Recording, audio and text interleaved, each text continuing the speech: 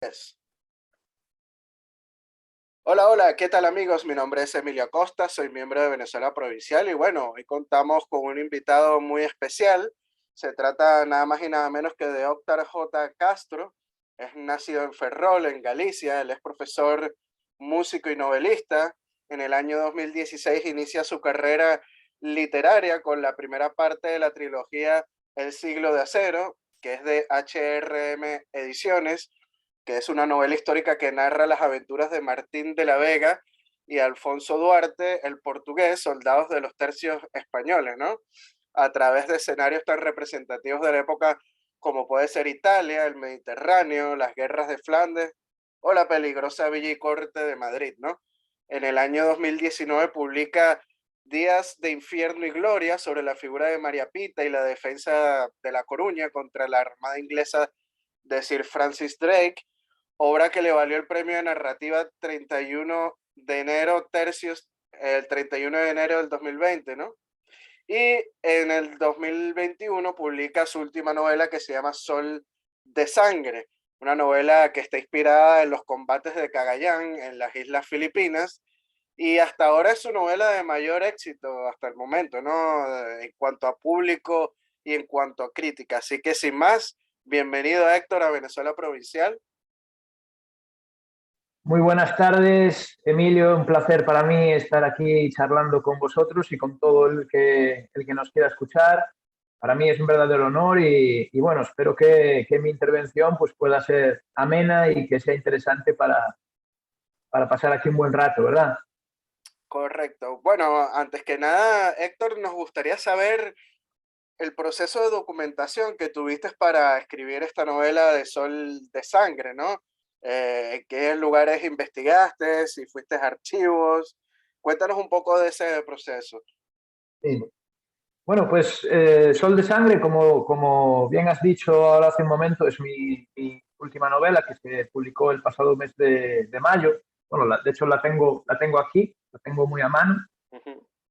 Esta es publicada también por HRM Ediciones, es la editorial con la que trabajo, que ha publicado todas mis novelas hasta el momento.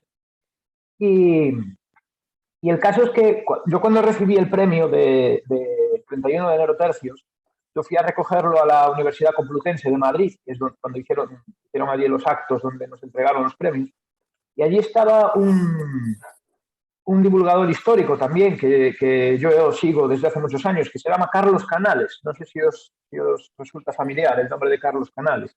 No. Tiene varios libros de divulgación y Ujú, entre ellos tiene uno que se llama Naves Negras, que precisamente trata de las exploraciones portuguesas y españolas en Asia ujú. y su primer contacto con chinos, japoneses, camboyanos, filipinos, etcétera, ¿no?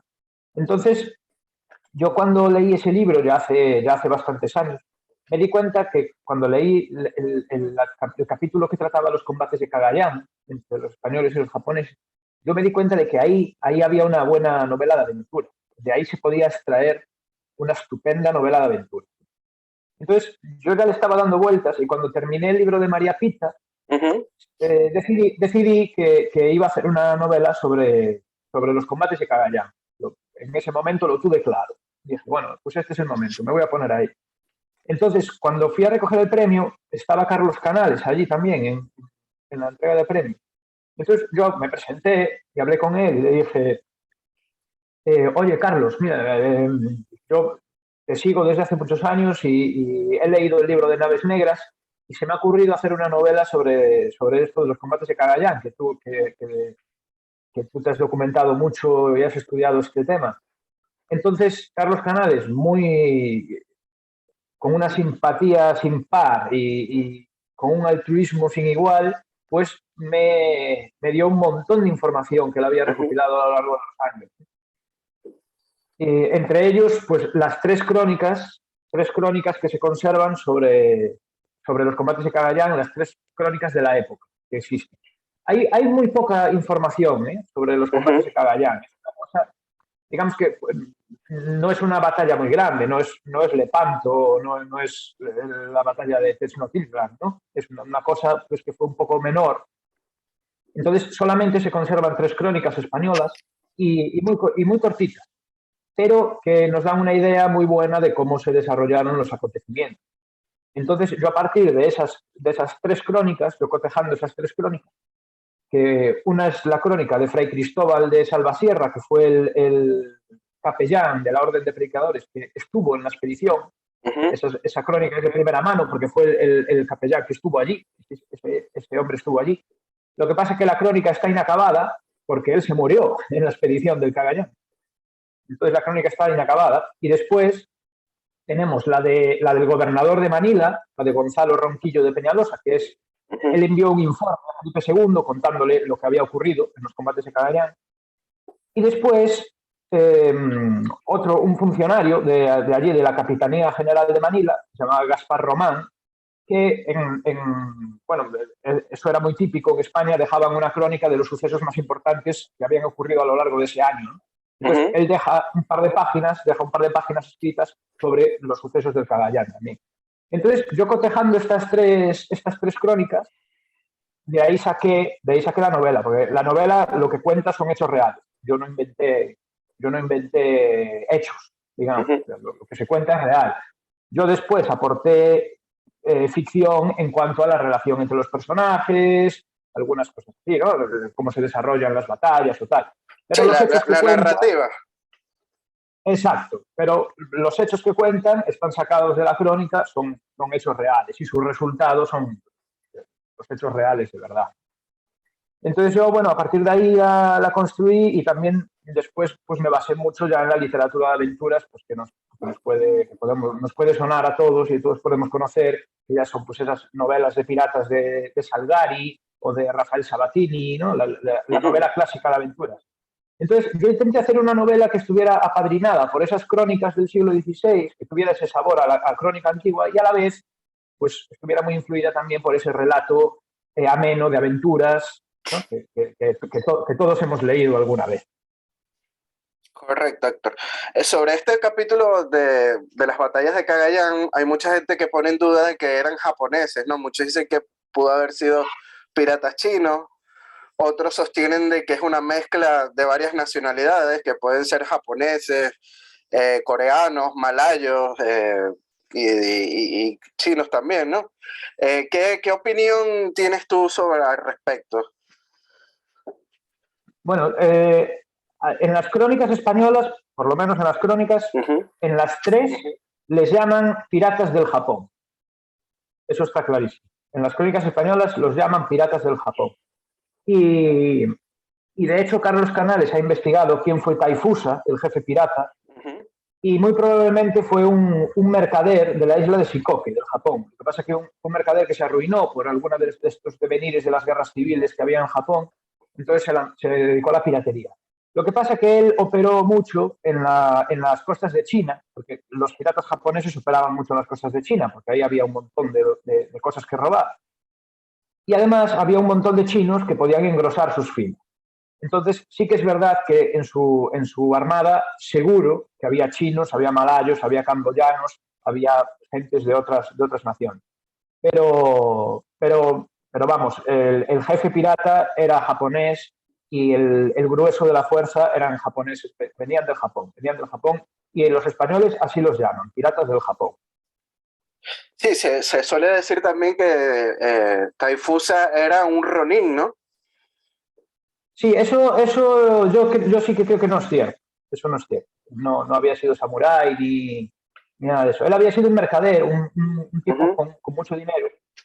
Y por los devenires de la fortuna, pues al final organizó una armada pirata y se dedicó a la piratería. Pero bueno, es que era una cosa, en esos mares asiáticos era una cosa muy, muy, muy, muy común. Las armadas piratas eran mercaderes y piratas al mismo tiempo.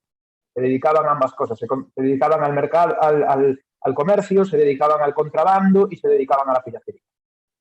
Correcto. Bueno, hay que decir que este conflicto inicia en 1582 en el norte del archipiélago filipino, específicamente en la zona de Cagayán, como bien señala el nombre de la batalla. Y bueno, estos japoneses junto con piratas chinos que de la dinastía Ming saquearon a los nativos de Cagayán, ¿no? Obligándolos a prestar también fidelidad. los nativos dan a conocer la noticia al capitán general, quien inmediatamente forma una escuadrilla de 40 tercios bien equipados, sin contar con los ayudantes de la armada, ¿no? Y primero se da un primer combate, ¿no? Cuerpo a cuerpo. Esto se da en el mar, ¿no, Héctor? Sí, pero bueno, aquí debo hacer una puntualización con esto que hemos dicho, porque los soldados españoles que participaron en los combates de Cagayán no eran soldados de los tercios. Esto está bien dejarlo claro. No eran soldados de los tercios españoles. Los tercios españoles eran un cuerpo militar que tenían sus cuarteles en Europa. Tenían sus cuarteles en Europa. Y ellos luchaban en las guerras de Flandes, luchaban contra el turco, pero principalmente en Europa. Sí que es cierto que hubo algunas operaciones en las que fueron embarcados a alguna batalla fuera de Europa, pero bueno. Sí, en el norte de África, más que todo. En el norte de África también, en general, y alguna vez fueron más lejos también, pero a las Islas Terceiras, por ejemplo, cuando pelearon allí con la invasión de Portugal. Oye, en Chile también se da la creación de algo parecido a los tercios para enfrentar a los indios mapuches, ¿no? Del sur de Chile. A los mapuches, sí. A los araucanos, sí. Pero sí, no, exacto, no son tercios como tal. No, en el Cagayán no, porque además los españoles que participaron en los combates de Cagayán, los soldados españoles, no venían de Europa, venían de Nueva España, venían de México. Eran españoles americanos, ya habían nacido en México ya. Eran lo que se llaman criollos. Entonces, ellos venían de los presidios de Nueva España, eran una fuerza presidial. ¿Qué era la fuerza presidial? Pues la fuerza que guardaba las fronteras, las costas, los caminos, ¿no? Eran una especie de fuerza fronteriza. Entonces, ellos habían llegado a Filipinas desde México, desde Nueva España. Pero ellos no habían estado en Europa jamás. Me imagino que habrán llegado con el galeón de Manila, ¿no? Sí, exacto.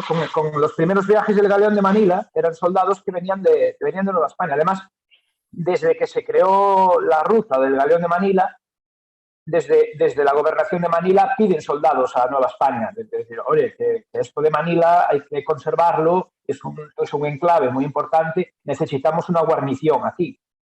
Entonces, claro, la guarnición se la enviaron desde Nueva España porque estaba mucho más cerca que enviársela desde Europa, ¿no? Entonces, los soldados españoles que participaron en el Cagayán eran criollos ya nacidos en México. No habían estado en Europa ni habían peleado en Europa nunca.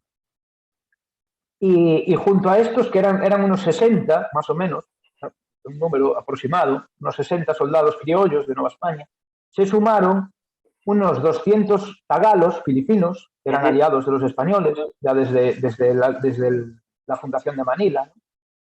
Y además, otros 150, 200 guerreros tlaxcaltecas, también llegados de México, que eran grandes aliados de los españoles ya desde tiempos de Hernán Cortés y la conquista del Imperio Mexica, ¿no? Entonces, aquí tenemos algo que es muy, muy, muy interesante, porque lo que se da en los combates de Cagayán es realmente un combate multicultural que es interesantísimo, es apasionante, ¿no? Porque tenemos, por un lado, españoles americanos, tenemos tlaxcaltecas, tenemos tagalos filipinos enfrentándose con japoneses, chinos y malayos, ¿no? Es una cosa realmente que casi parece de un videojuego, ¿verdad? Sí, algo como de novela, como tú bien has hecho, ¿no? Sí, claro, se da realmente una serie de culturas y de razas y de pueblos que pues por el devenir de la historia pues se encontraron todos allí en esos mares asiáticos. Y efectivamente el gobernador de Manila organiza esta expedición. Hay que tener en cuenta que Manila, 5 años atrás, 5 años antes de lo del Cagayán, recibió un ataque de un pirata chino llamado Lima Hong, que casi arrasa Manila. Era un pirata importantísimo, que tenía más de 30 barcos y tenía 5.000 hombres, una cosa así. O sea, una armada pirata impresionante, porque, por ejemplo, los piratas del Caribe, estos que tan famosos, ¿no? Los holandeses, franceses, ingleses, los piratas del Caribe, eso es rarísimo ver un jefe pirata con 30 barcos y 5.000 hombres. Eso sí, es casi una flota, ¿no? Casi del tamaño de la flota de India. Claro, claro, claro. Entonces, imagínate, pues en Asia sí que existían esos jefes Ujú, piratas, con unas flotas enormes, unas flotas enormes. ¿Qué pasa? Que el armamento era muy inferior al europeo, porque, por ejemplo, no tenían artillería. Tenían muchos hombres, pero no tenían artillería, no tenían cañones.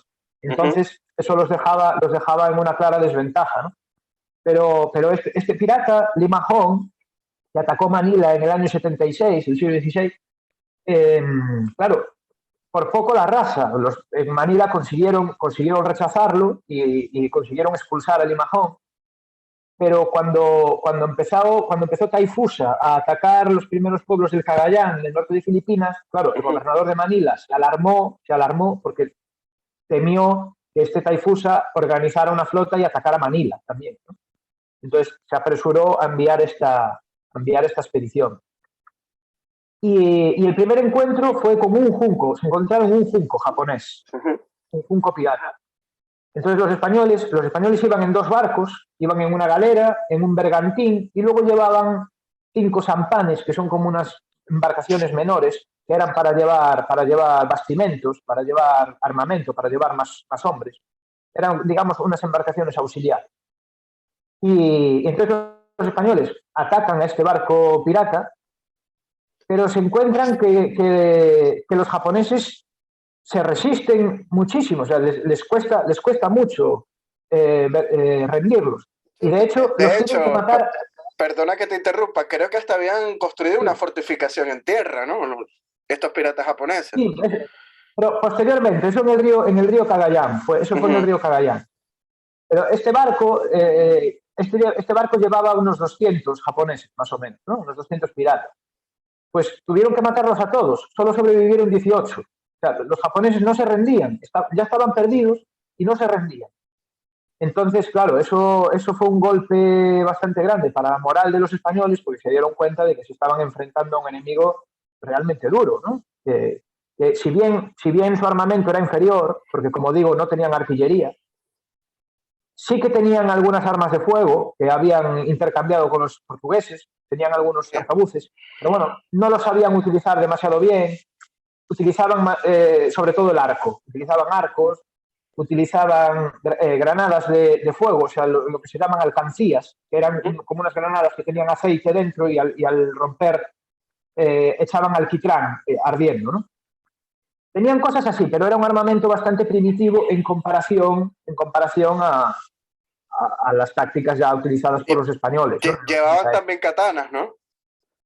Llevaban katanas, llevaban katanas. Mira, de hecho, Ujú, tengo aquí apuntado, cuando este Limajón atacó Manila, en, que de hecho el Limajón este sí que llevaba Ronin. De hecho, ujú. un lugarteniente de Limajón se llamaba Shioko y había sido un antiguo samurái bastante conocido en el Japón y después se metió a la piratería.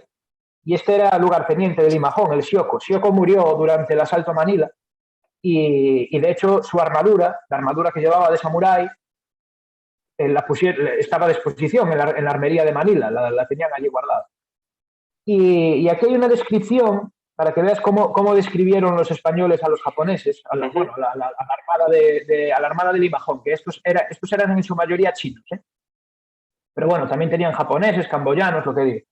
Y la descripción dice, cito, entre ellos pocos arcabuceros y muchos con picas y otras armas enastadas, y vestidos con sayos bastados con algodón, y en la cabeza sombreros de paja, y todos descalzos, y con katanas ceñidas a la cinta, que son algunas como alfanjes y otras como mandón. Sí, un samurái.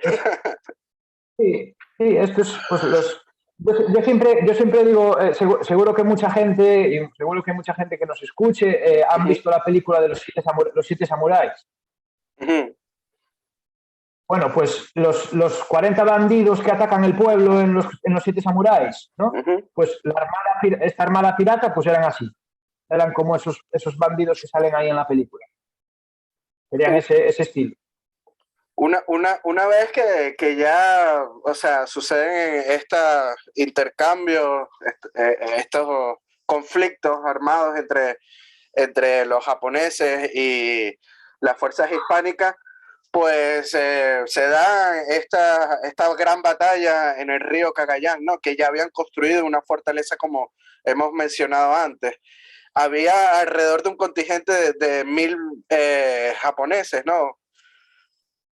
Sí, sí, por lo menos 1000. Ellos, los españoles, siguen hacia el norte, porque claro, los españoles cuando derrotan a este junco pirata, interrogan a los supervivientes.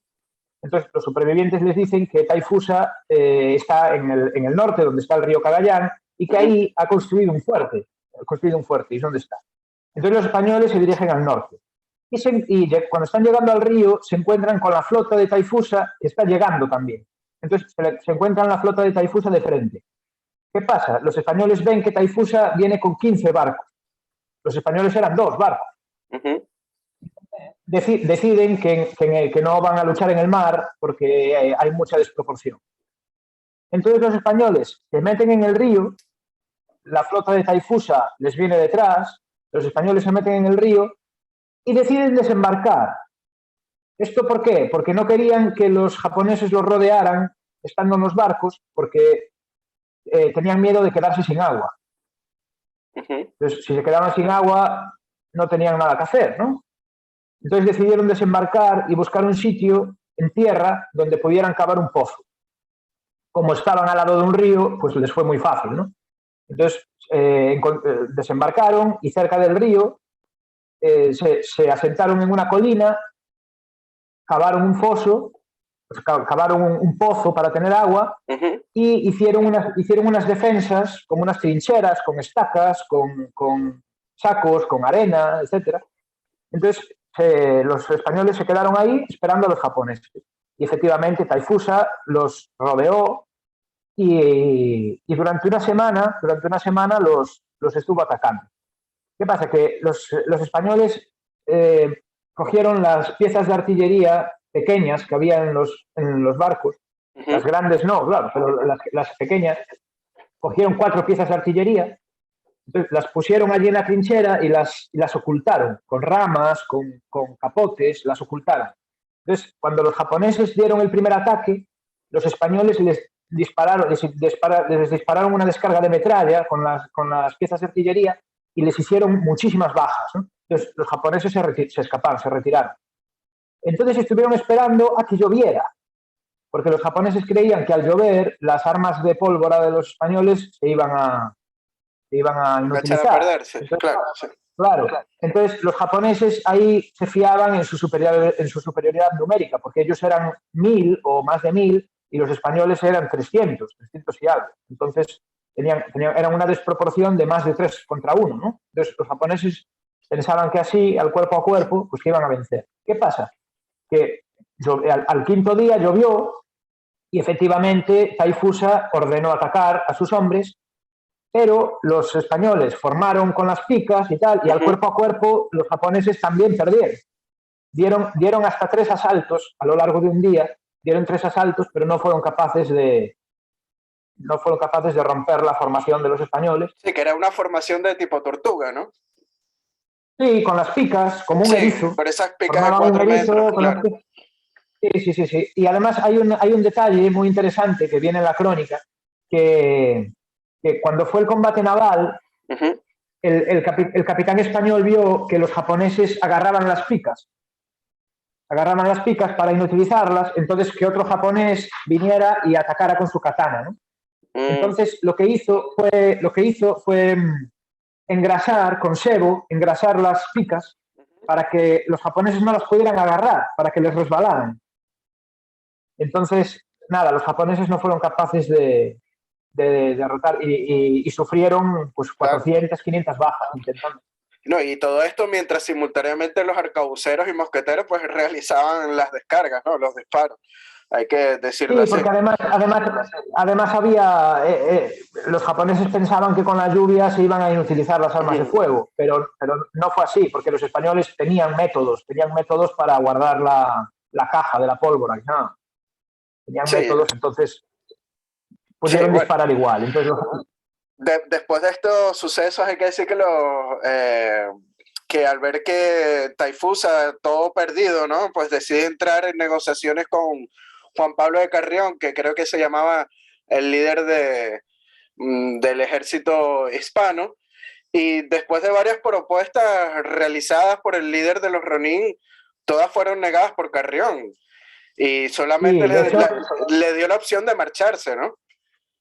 sí, de hecho aquí hay una cosa que yo lo puse en la novela, que yo creo que te va a gustar porque describe muy bien la mentalidad de la época, ¿no? Porque Taifusa le propone un peaje. Y dice, bueno, si nos pagáis una cantidad en oro, os dejamos marchar. Entonces le dicen, nos podéis pagar con oro, con plata, con piedras preciosas, como queráis. Y Juan Pablo de Carrión le contesta, aquí no hemos traído oro, ni hemos traído plata, ni hemos traído piedras preciosas. Lo único que hemos traído es acero y puedes venir a buscarlo cuando quieras. Una excelente respuesta de un tercio, ¿no? De como fuera un tercio Sí, en Europa. un soldado español que no se iba a rendir. Entonces, claro, ahí Taifusa, hay que tener en cuenta que Taifusa y sus hombres eran una armada pirata. Entonces, los piratas, el objetivo que tenían los piratas era conseguir beneficio, pero al menor riesgo posible, al menor riesgo posible. Por eso ellos atacaban barcos de mercaderes, atacaban pueblos de la costa, atacaban cosas que eran fáciles de asaltar y que no les suponía un riesgo. Al pillaje fácil, como Claro, los piratas pero, en el Caribe también. exacto, pero al darse cuenta de que esta gente de Juan Pablo de Carrión era muy dura y que a lo mejor si siguieran atacando, a lo mejor los podrían haber matado a todos, pero ¿para qué? No iban a conseguir nada. Bueno, Era un precio. Se dice que después del roto las negociaciones retoman al combate y que una vez acabada la pólvora, ambos bandos recurrieron al enfrentamiento cuerpo a cuerpo, ¿no? Resultando la victoria final española. Sí, cierto, justo. Durante un día entero, 3 asaltos dieron los japoneses, pero no fueron capaces, no. Entonces, lo que hicieron fue marcharse. Vieron que no les valía la pena, porque no iban a poder robar nada. No les valía la pena morirse la mitad por vencer a un enemigo que no les iba a aportar ningún beneficio. Entonces, claro, decidieron marchar. ellos estaban por un beneficio económico que Claro, diferente a una claro. armada, claro que a lo mejor es por territorio o por alguna otra interés político, ¿no? Claro, ellos no tenían ninguna motivación más allá de robar y de conseguir riqueza. Entonces, se dieron cuenta de que luchando contra los españoles no iban a conseguir nada. Entonces se fueron, pues dirían, bueno, pues nos vamos a asaltar barcos de mercaderes de Siam, que es más fácil. Y estos españoles, pues los dejamos aquí que hagan lo que quieran. Entonces, Taifusa desapareció y no vuelve a haber rastro de él en ninguna parte a lo largo de la historia. Ningún tipo de archivo. Bueno, este yo creo que es el capítulo más conocido, ¿no? De la presencia de japoneses en las Indias orientales, ¿no? Sobre todo en las Filipinas. Pero también hay que decir que es poco conocido que los japoneses también fueron aliados de España, ¿no? De la monarquía hispánica y formaron parte de los ejércitos del rey de España en las Filipinas, sobre todo para enfrentar a un enemigo en común que eran los piratas chinos, como hemos hablado al principio del podcast. Ya en el siglo XVII existe constancia de samuráis japoneses al servicio de la monarquía hispánica. La mayoría son mercenarios bajo mando de oficiales españoles.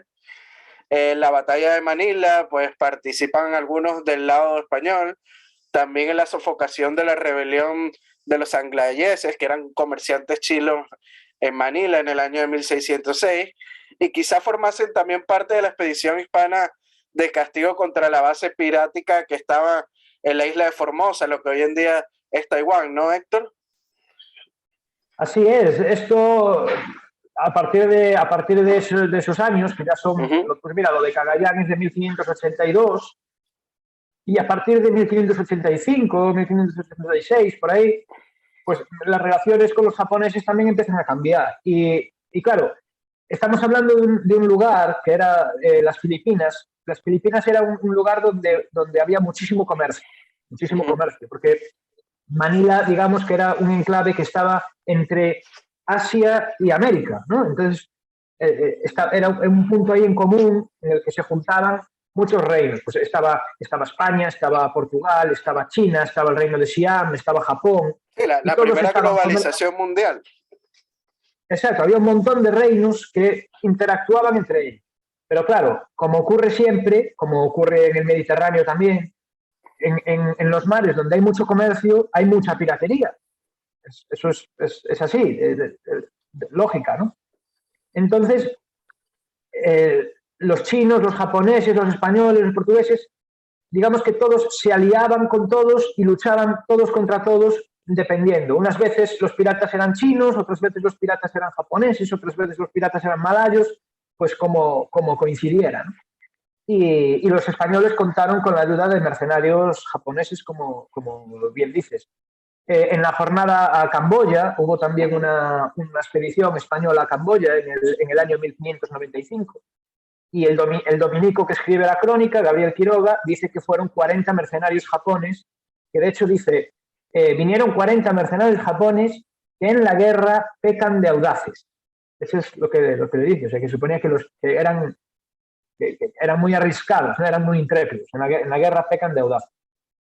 En la rebelión de los Angleyes de 1606 participan japoneses también. Y luego en el galeón de Manila, por ejemplo, a partir del siglo XVII hay casi siempre mercenarios japoneses que iban de escolta en el galeón de Manila. Entonces, bueno, digamos que hubo un poco de todo, ¿no? La relación con los japoneses fue buena, fue mala, dependiendo un poco del momento. Pero yo creo que la relación entre España y Japón nunca acabó de cuajar del todo, ¿no? Porque Japón era un país muy cerrado, y en cambio España era en esos momentos, la España de los siglos imperiales, era una nación que, que, que quería su influencia en todos los territorios. Entonces, si no aceptabas la influencia española, pues eras enemigo de España. Entonces, Japón nunca aceptó la influencia de nadie. Japón era un país cerrado que no aceptaba la influencia de nadie. Entonces, de hecho, se ve después, cuando los jesuitas intentan llevar el catolicismo a Japón, que bueno, los primeros años, pues sí, se hacen unas comunidades cristianas, Sí, pues en Nagasaki y tal. de hecho, hay un gran señor del Japón que se convierte al catolicismo Se convierte al catolicismo. envía en el año 1614 una embajada a España. Y Sí, a Sevilla. A Sevilla, exacto, que de hecho muchos se quedaron en España y nunca regresaron a Japón y por eso es que es tan común el apellido Japón en esa zona Sí, de Andalucía. Existe hoy en día todavía. Sí. Todavía se conserva ese apellido hoy en día. Sí, sí, sí. Sí, y lo que pasa que... Sí, cuéntame. Digo que eso se acabó pronto, porque a partir de 1620 y 1623 se prohibió el catolicismo en Japón, fue lo de los mártires de Nagasaki, todo eso, se persiguió el catolicismo y digamos que las misiones de los jesuitas y tal pues acabaron en Japón. Al final Japón se cerró en sí mismo hasta el siglo XIX, hasta la apertura del siglo XIX, y fue un país que no quiso muchas relaciones con los europeos.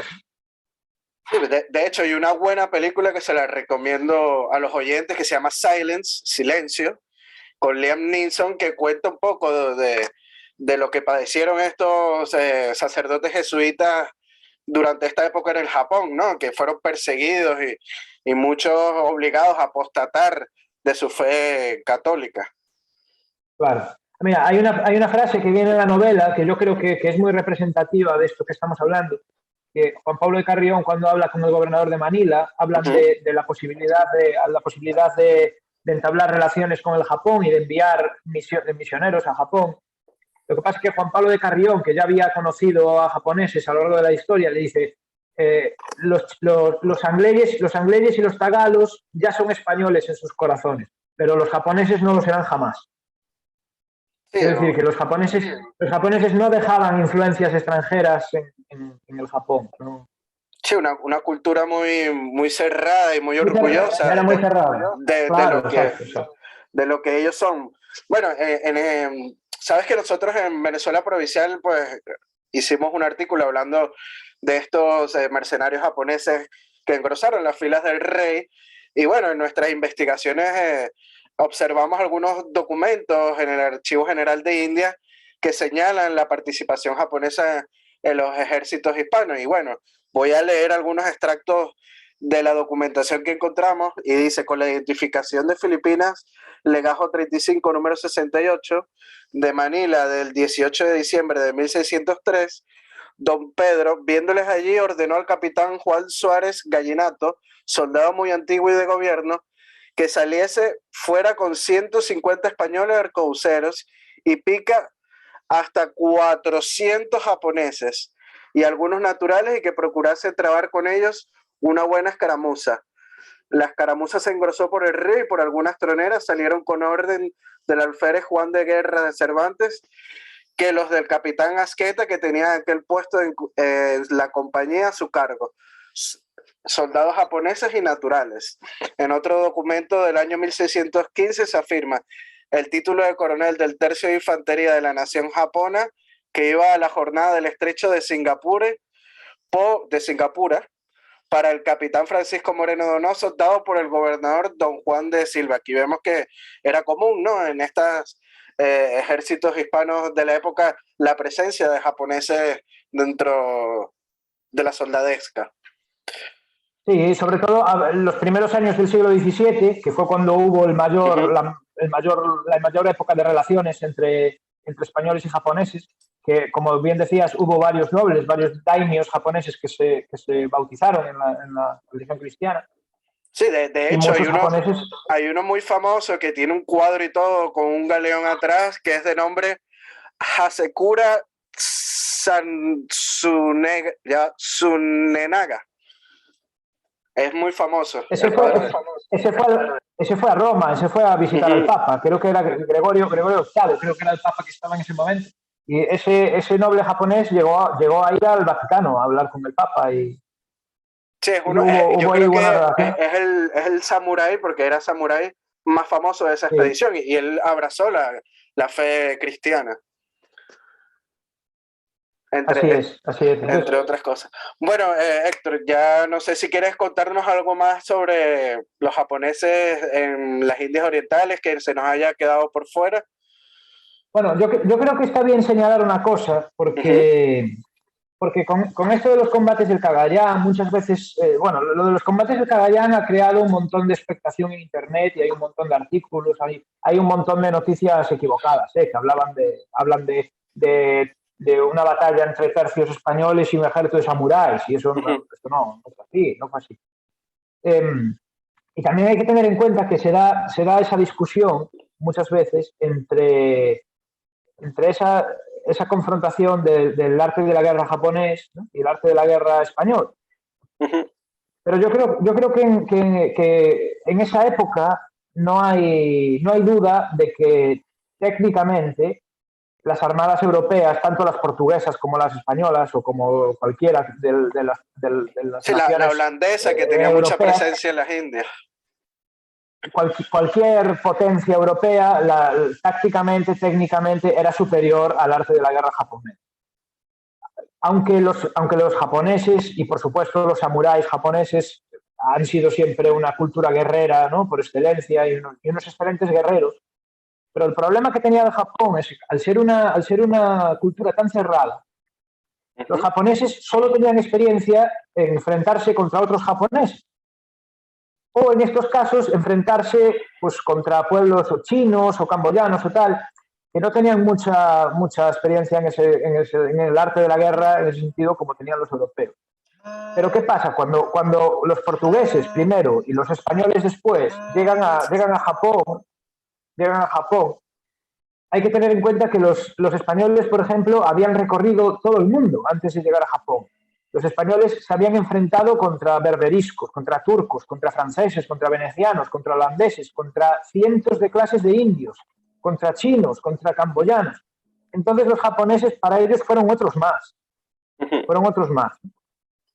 Entonces, claro, los españoles tenían un poder de adaptación, de irse encontrando tantos pueblos, tantas culturas distintas a lo largo de sus viajes, que los japoneses no tenían ese poder de adaptación. Entonces, yo creo que aquí no hay duda de que los españoles pudieron vencer a los japoneses, a pesar de ser inferiores en número, pudieron vencerles porque su arte de la guerra, su táctica y su técnica era mejor en ese momento, era mejor.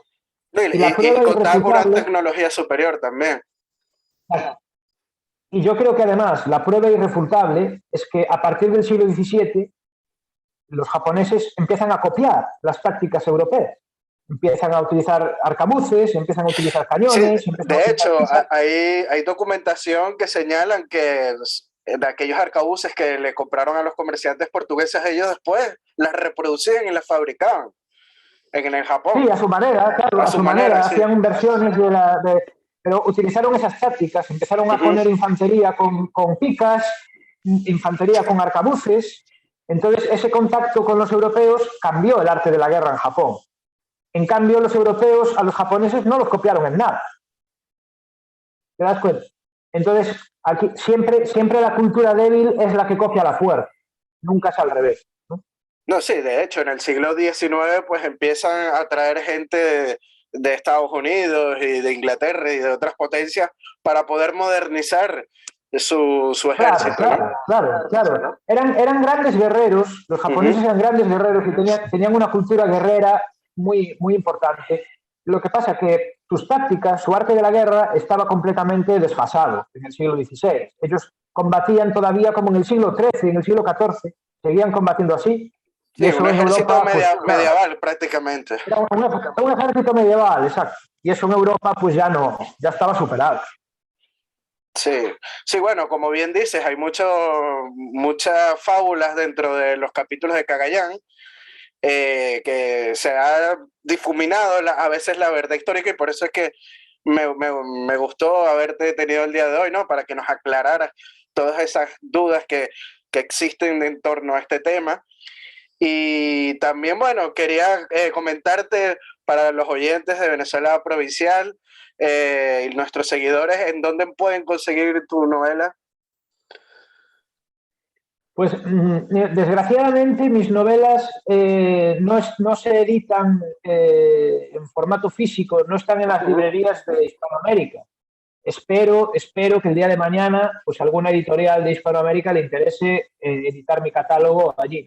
De todas maneras, en Amazon, por ejemplo, en edición digital, en Amazon Kindle o tal, pueden encontrarlo en Amazon. Y en Amazon, en formato físico, también pueden conseguirlo. En librerías no, pero a través de venta directa de Internet sí que podrían conseguirlo. Y para la gente que está aquí en España, ¿en qué librerías pueden conseguir tu novela? En España no hay problema, en cualquier librería lo pueden encontrar. Vale, en las más famosas, el Corte Inglés, la Casa del Libro, etc. Eso por supuesto, pero en su librería de barrio, por ejemplo, si da la casualidad de que la novela no está, seguro que se la pueden encargar y en un par de días la tienen en la librería sin problema. En España no hay ningún problema por conseguirlo. Perfecto. Bueno, ojalá que tu novela pueda cruzar el charco. Se la recomendamos a nuestro público encarecidamente, ¿no? Porque como tú Muchísimas bien gracias. señalas, es una novela basada en hechos reales y bueno, tú simplemente lo que hiciste fue darle narrativa a los personajes para darle un poco más de esa frescura, ¿no? De que trae una novela. El Así relato de aventuras, exacto. Pero bueno, como has podido ver y como seguro que han dado cuenta los oyentes, es que ya los combates de Cagayán de por sí, es que no hace falta inventar nada, ya es una aventura fascinante ciñéndose a la verdad. sí, de hecho, han salido hasta muchos cómics sobre las batallas de Cagayán y últimamente pues han surgido mucho material de literatura sobre esta gran fase de la historia de nuestra monarquía hispánica y del imperio español. Así que bueno, Héctor, las cámaras de Venezuela Provincial son todas tuyas para despedirte de nuestra audiencia. Pues nada, que muchísimas gracias por invitarme, a ti Emilio en primer lugar y por estar aquí, que ha sido un verdadero placer. Y un honor para mí de todo el que nos haya querido escuchar, el que haya disfrutado de esta charla y sobre todo, pues, oye, al que le haya despertado curiosidad y quiera leer esta novela, Sol de Sangre, que espero de corazón que la disfrute mucho, tanto como yo he disfrutado escribiendo. Y bueno, de verdad que ha sido un placer tenerte el día de hoy con nosotros, Héctor, y bueno, a los seguidores de Venezuela Provincial, y recordarles que si quieren ser mecenas de nuestro proyecto de investigación histórica, lo pueden hacer a través de la página de Patreon de Venezuela Provincial, y bueno, recordarles a todos los oyentes y visores que nos pueden conseguir en Facebook y en Instagram como Venezuela Provincial. Recuerden darle un like y comentar en el video si les gustó y compartirlo con sus amigos, ¿no? Para darnos más visibilidad dentro de las redes. Así que bueno, Héctor, te mando un fuerte abrazo desde aquí, desde Madrid, hasta la hermosa tierra gallega. Muchísimas gracias. Hasta la vista, amigos míos. Adiós, hasta la vista, hasta pronto.